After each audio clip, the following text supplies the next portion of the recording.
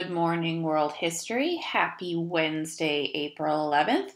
As you can see, I'm not here today. The Social Studies Department is hiring new teachers, so I'm interviewing potential candidates for the job all day today. So these people might be your future U.S. history or government or economics teacher. It's very exciting.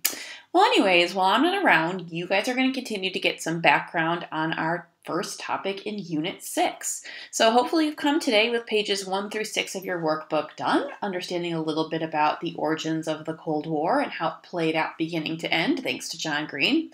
Today in class, you should be able to get everything done. Hopefully there's no homework, but your goal is to walk out with pages 7 to 12 in your workbooks done. If you don't for any reason, make sure you complete that for homework tonight.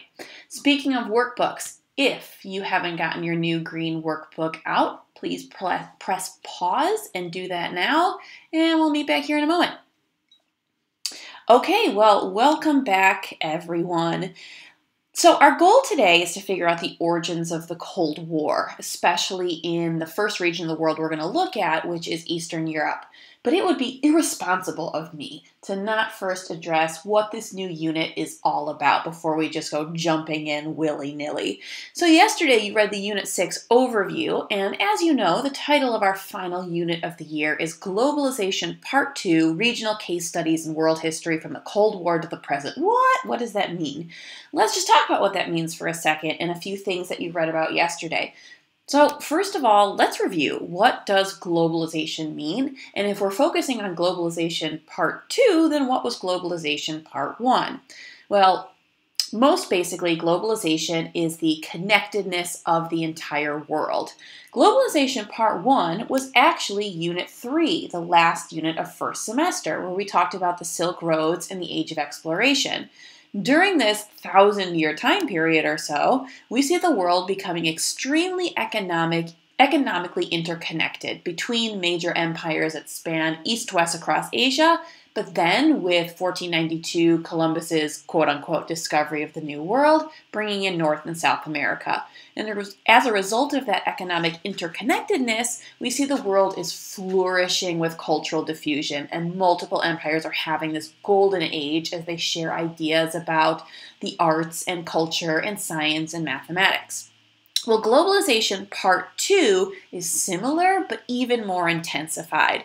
This new type of modern globalization, which is happening right now, is where all world regions are economically, but also politically and culturally integrated and interdependent. So they're not just interconnected, they're completely intertwined with one another. So for example, even if you flipped on the news and you were to hear that the United States and China aren't getting along so well right now, the United States and China really depend on each other economically and politically. The world just needs a good relationship between them.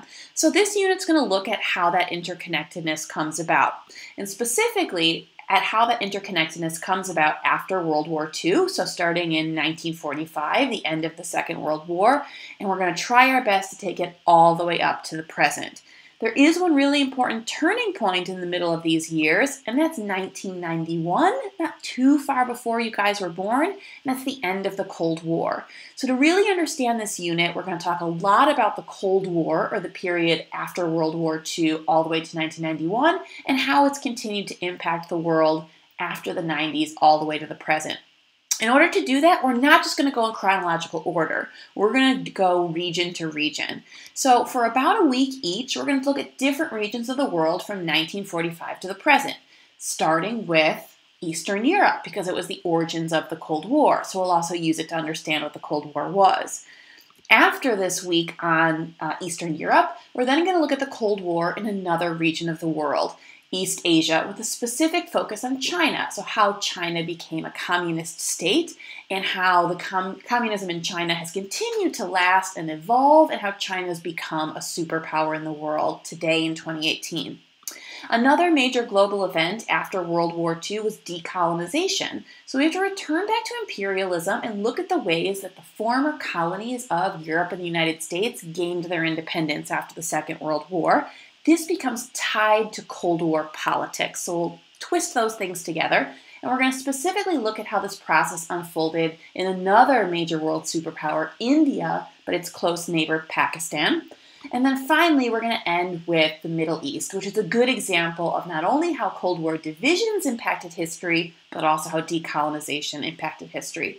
So every time we start a new topic, so for example, next week when we switch to East Asia, we go back to 1945 to the present.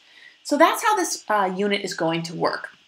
And that leads us to our present topic for today, the origins of the Cold War, and specifically how this started to impact Eastern Europe. Many members of our community have family ties to Eastern Europe, so it should be interesting if you have any friends that are from Eastern Europe or their parents are from Eastern Europe. You're going to learn a lot about their experiences. Okay, so let's turn in your packets, in your workbooks, to page 11. Let's just go through the basics of what we know so far, sort of the who, what, where, why, when of the Cold War. And we'll start with the what. All right, so a basic definition that you're going to write at the box in the upper left of page 11 of your workbook. The Cold War, in short, was a diplomatic conflict between two world superpowers, the United States and the Soviet Union, also known as the USSR, as these two superpowers were competing with each other for ideological influence and power around the world. So the world really becomes divided in an alliance to either the United States or the Soviet Union. Why did this ideological conflict emerge? So the United States, whose ideology was both democratic and economically capitalist, and the USSR, a totalitarian state under Stalin, which was also communist, they're ideological enemies. They just fundamentally disagree with each other about what the world should look like. And they're the two sole superpowers that were left after the Second World War. So the world is aligned with one of these two superpowers, and with an alliance tended to adopt the ideology of either democratic capitalism or communist totalitarianism. When did this all go down? Well, as we know from that little timeline we looked at, it really starts during World War II, and then after World War II, Cold War immediately is beginning. And it continues through multiple decades of the 20th century, 50s, 60s, 70s, 80s, all the way to 1991 when the Soviet Union or the USSR collapses, which is an event that we'll start to look at end of this week, beginning of next week. And finally, where is this happening? So as we know, it's primarily between the United States and the Soviet Union, but those two powers never directly go into a military conflict with one another. There are wars that occur around the world because of this division of alliances. We call those wars proxy wars. John Green last night called them hot wars, and later on we'll take a look at a map of the divisions of the world and where those proxy wars or hot wars were occurring. Well, as I mentioned earlier, we really have to discover the origins of the Cold War in the end of World War II. And that was why I wasn't so quick to rush to finish World War II during Unit 5, because we can treat the end of World War II as the origins of the Cold War. So here's the timeline that we looked at in the last unit, and we really only got through the year 1942, or this period of time labeled Axis Powers Expand. So we took a look at the Second World War up until about this point in world history. Pay close attention to the countries that are labeled with black. So in Europe and in North Africa, those are the places that became under Nazi domination. And then in East Asia, those are places that came under Japanese domination. So this is the furthest extent of the power of the Axis powers, 1942. So we've got to finish the war after 1942. Look at how the tide turned and how the endings of the war are beginnings of the Cold War. So let's continue on with page 11, looking at some key turning points after 1942 that end the Second World War. So John Green mentioned last night that there's two reasons historians can say the Cold War actually started during World War II. This was question number 4. His answer number 1 was strategy for ending the war in Europe, and the second answer was the strategy for ending the war in Asia. And we can break down the 4 turning point events on page 11 into these 2 answers John Green gave us. So, little reminder, here is Europe, 1942, furthest extent of Nazi power. And where we're going to focus right now is on this city here, off to your right or in the east in the Soviet Union, Stalingrad. As we can see from this map, Germany's pretty much taken over all of Europe. France has fallen, Spain is neutral, they're not involved in the war. So Germany is focused on a single front war against the Soviet Union. And in this city, Stalingrad, we see an Allied victory led by the Soviet Union, after which the tide begins to turn away from the Nazis.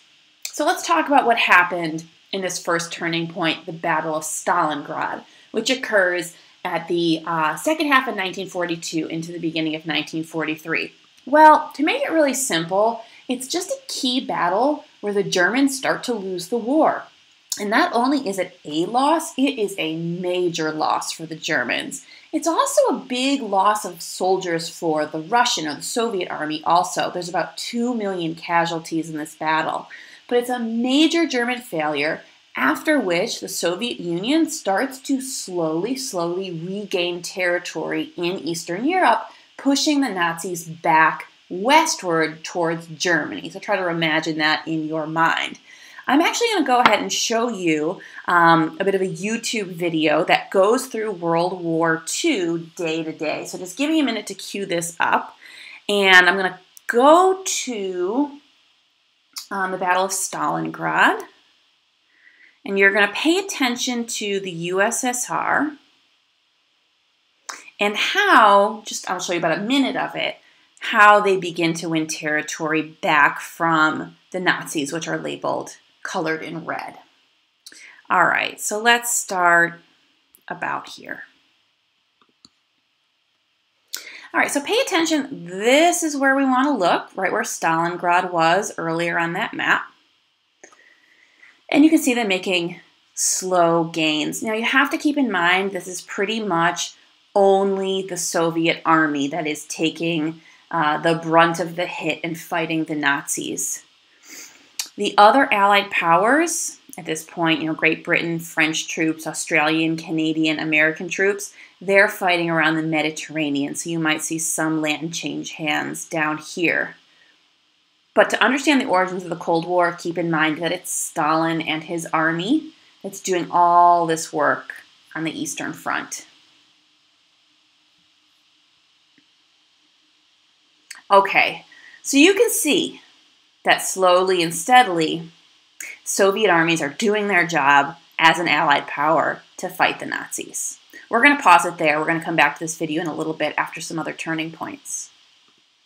So the next turning point, as the Soviet Union starts to take back territory in Eastern Europe, starts to win the war against the Nazis, the second turning point is a conference that's held in late 1943. And it's held in Iran, the capital of Iran, which is Tehran. And at this meeting, the big three, who we call Stalin, FDR, President of the United States, President Roosevelt, and the Prime Minister of Great Britain, Winston Churchill, they meet and they begin to orchestrate their strategy for how they're going to defeat the Nazis, now that the Nazis are on the defensive. And what this first conference reveals is that there's going to be a lot of work that has to be done to get Stalin to do what needs to be done to defeat the Nazis, and to not just do it on his own terms, but to do it in a way that cooperates with other Western powers. So here's what's decided at the Tehran conference when these big three leaders of the world meet. So the first thing they agree to, because Stalin really wants this, is that they're going to open up or reopen up a second front of the war in Europe, in the West, in France. This is called Operation Overlord. So the other Allied powers are going to invade northern France, what will eventually become D-Day, and get some relief for Stalin, because keep in mind from that map, Stalin is the only force fighting the Nazis in Eastern Europe. So they're hoping this weakens the Nazis. And in return for opening up a second front, Stalin agrees that he will also help the Allies defeat the other Axis power of Japan. So what we see here is the United States and Great Britain trying to make a negotiation with Stalin, but this is also showing us that tensions are emerging between these powers, the origins of the Cold War. All right, so I'm going to go back to this map. And I'm going to go to Operation Overlord, or really D-Day. So you'll see the opening up of the Western Front in northern France. All right, give me a minute to cue this part up. Okay. So we want to pay attention around the English Channel. Oh, there we go. You'll notice on the Eastern Front, Stalin and the Soviet troops are still gaining back territory, pushing the Nazis back towards Germany. And D-Day is becoming successful. France is becoming liberated. France is now completely liberated. Eastern Europe is becoming liberated from the Nazis, keeping in mind they're under Stalin's control now.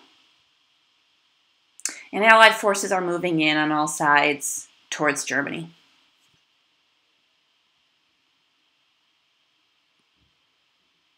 So let's stop there at the very beginning of 1945, the year in which the war ends.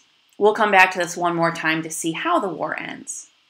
So now we're on to the strategy for ending the war in Asia, which isn't completely separate from the strategy of winning the war in Europe. But we're ready for the third turning point, which is another conference that's held early in 1945 called the Yalta Conference. Something to keep in mind, Yalta is within the Soviet Union. So this is an indication that Stalin has gained power. And we saw from the maps that Stalin and his army have liberated Eastern Europe. The other Allied powers really need Stalin to keep on fighting the war to defeat the Nazis, and they also really need Stalin to help them defeat Japan as well. So here they are again, the big three.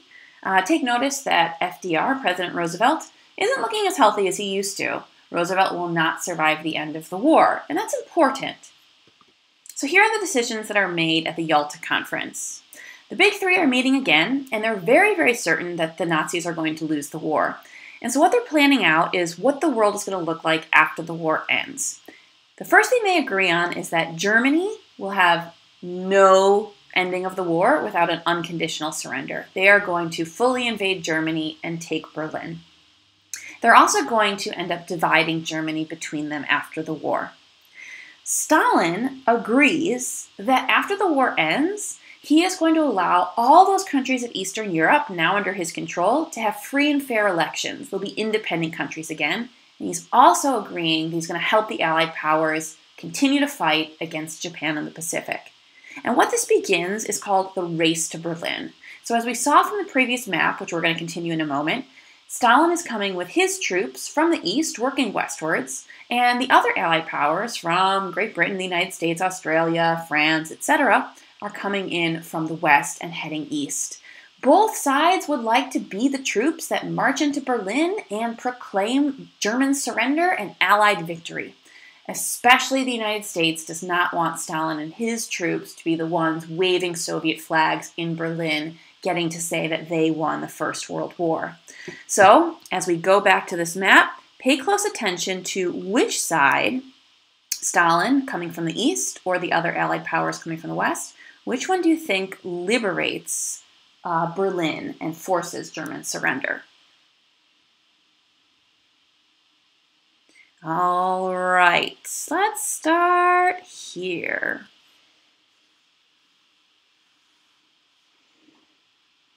Oh, it's close. All right, so in May, Germany totally surrenders. By this image, can you guess who liberated Berlin?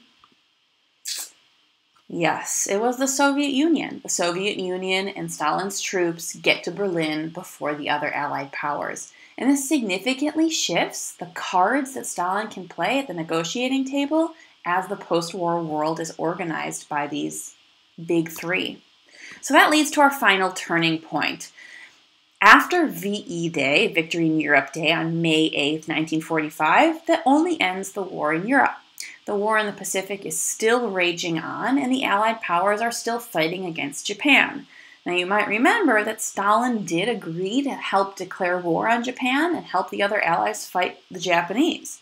But Stalin and the next president of the United States, Truman, they do not trust each other at all.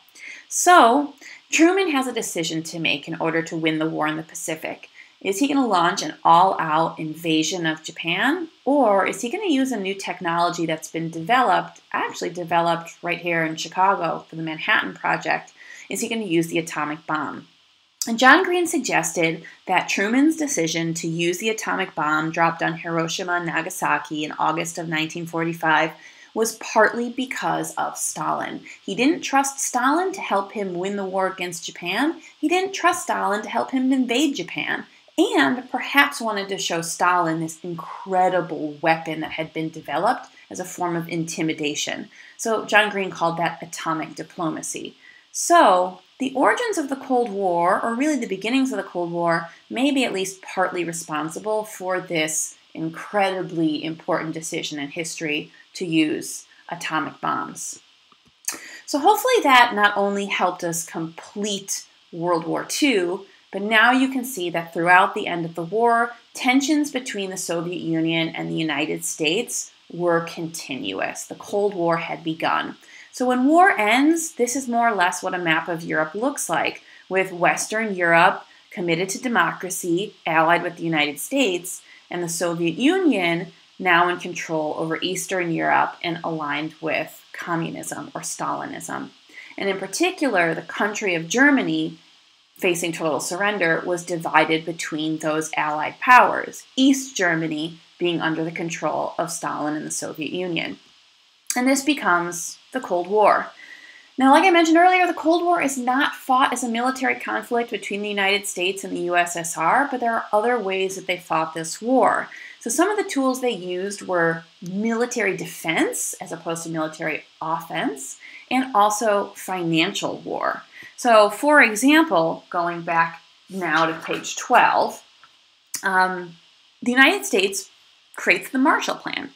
And John Green explained the Marshall Plan last night. It's basically the plan the United States had to provide economic aid to any country that wanted to become a capitalist and democratic ally after World War II. It's money for allies. And Western Europe was really, really in need of this money. So a lot of Western European states accepted this money, and the United States believed that in doing so, they would help rebuild those countries, help get people back on their feet after the destruction of the war, and this was going to prevent the spread of communism. Another thing to keep in mind is that the Second World War caused a massive migration of refugees, people whose homes were just taken from them, their lives are totally uprooted. So Marshall Plan money was going to provide those people access to the basic building blocks to start their lives over again. Stalin matches the Marshall Plan with his own Soviet version of financial aid to help all those places that are labeled in orange in that map. So he's also using a financial incentive to gain allies that are committed to being pro-Soviet Union and pro-communism. The other tool that's used is NATO, which is the North Atlantic Treaty Organization. And as opposed to being a financial alliance, this is a military alliance of pro-capitalist states led by the United States at the time. And the whole idea of NATO is collective security. And by the way, NATO is still around. The whole principle of being a member of NATO is that if any member of NATO is attacked, then it's taken as an attack against any NATO member whatsoever. So if you're a smaller Western European state, let's take Belgium for example, and you join NATO, if you're invaded by the Soviet Union, that's like invading the United States. The United States is obligated to have your back. So there's a lot of incentive for this collective security. And just like the Marshall Plan was met with Comecon, NATO is met with the Warsaw Pact. So Stalin creates his own version of a military alliance under the same principle of collective security, but for what becomes known as the states behind the Iron Curtain or in the Soviet sphere.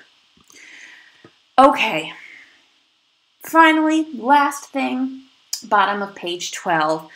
There are a few places in the world where these tensions between democratic capitalism and communism actually break out into all-out war. And this was one way that the United States and the Soviet Union were at war with each other, just not directly. So John Green has mentioned a few of these proxy wars or hot wars. Here they are on your map. You can label them. The Korean War, the Vietnam War, which you'll learn more about in U.S. history, the war in Afghanistan, And also Cuba, which doesn't actually become an all-out war, but the Cuban Missile Crisis brings the United States to the brink of war. And we're going to talk more about that event tomorrow.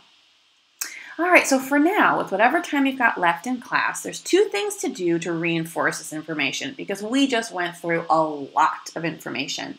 So first of all, take a little bit of a mental break and complete the maps on page 10. This will help you visualize the division of Europe between pro-Western capitalism democracies and what was, quote-unquote, behind the Iron Curtain under the control of Stalin and the Soviet Union. And then working backwards even further, reinforcement reading on pages 7 to 9, so you can read and annotate that. Finish that up for homework if you need to. Okay, hopefully I got through that quickly enough for you, but maybe not as quick as John Green. I will see you tomorrow. Thanks for all your hard work today.